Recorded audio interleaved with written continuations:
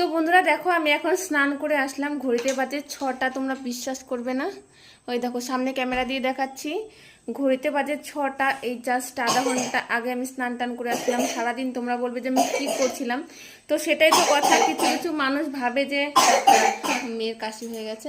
এই মাম্মা, এত কাশছো কেন? দাঁড়াও।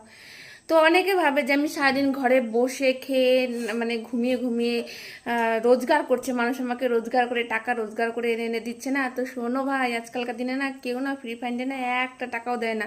তোমাকে দিতে পারে মানুষ, তোমাকে হয়তো অনেকে অনেক টাকা দেয়, আর এমনকি তোমার তো ভাই আছেই দেওয়ার মতন। তো আমার না সেরকম কেউ নেই আমাকে টাকা পয়সা দেওয়ার মতন। আমি নিজে খেটে কাজ করে তারপরে খাই, সংসারে কাজ করে তারপরে খাই, বুঝলে। ইনকাম করলে না এক এক টাকা ইনকাম করতে না অনেক কষ্ট আছে। আর তোমরা বলো না ভিডিও থেকেও যতটুকু টাকা আমি ইনকাম করি না, সেটাও কষ্ট করেই করতে হয়। ঘরের কাজ বা সব কাজ করার পরে তারপর।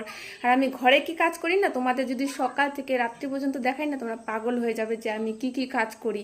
তো সেটা আমি আর বেশি কিছু বলতে চাই না। তো এতটুকু আমি বলতে চাই যে হ্যাঁ, কেউ কারো পিছনে লাগতে এসো না। হ্যাঁ, তুমি তোমার মতন থাকো, আমি আমার মতন। তুমি যেইভাবে যাকে নিয়ে ভালো থাকতে পারো থাকো, মানুষের পিছনে লাগতে এসো না। কেন কি আমিও লাগতে পারি বোন, ভালো করে।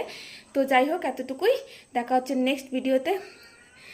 সবাইকে ডেডিকেট করে বললাম না, আমি যে কথাগুলো বললাম সবাইকে বলিনি। আমার বন্ধুরা, তোমরা প্লিজ প্লিজ কিছু মাইন্ডে নেবে না।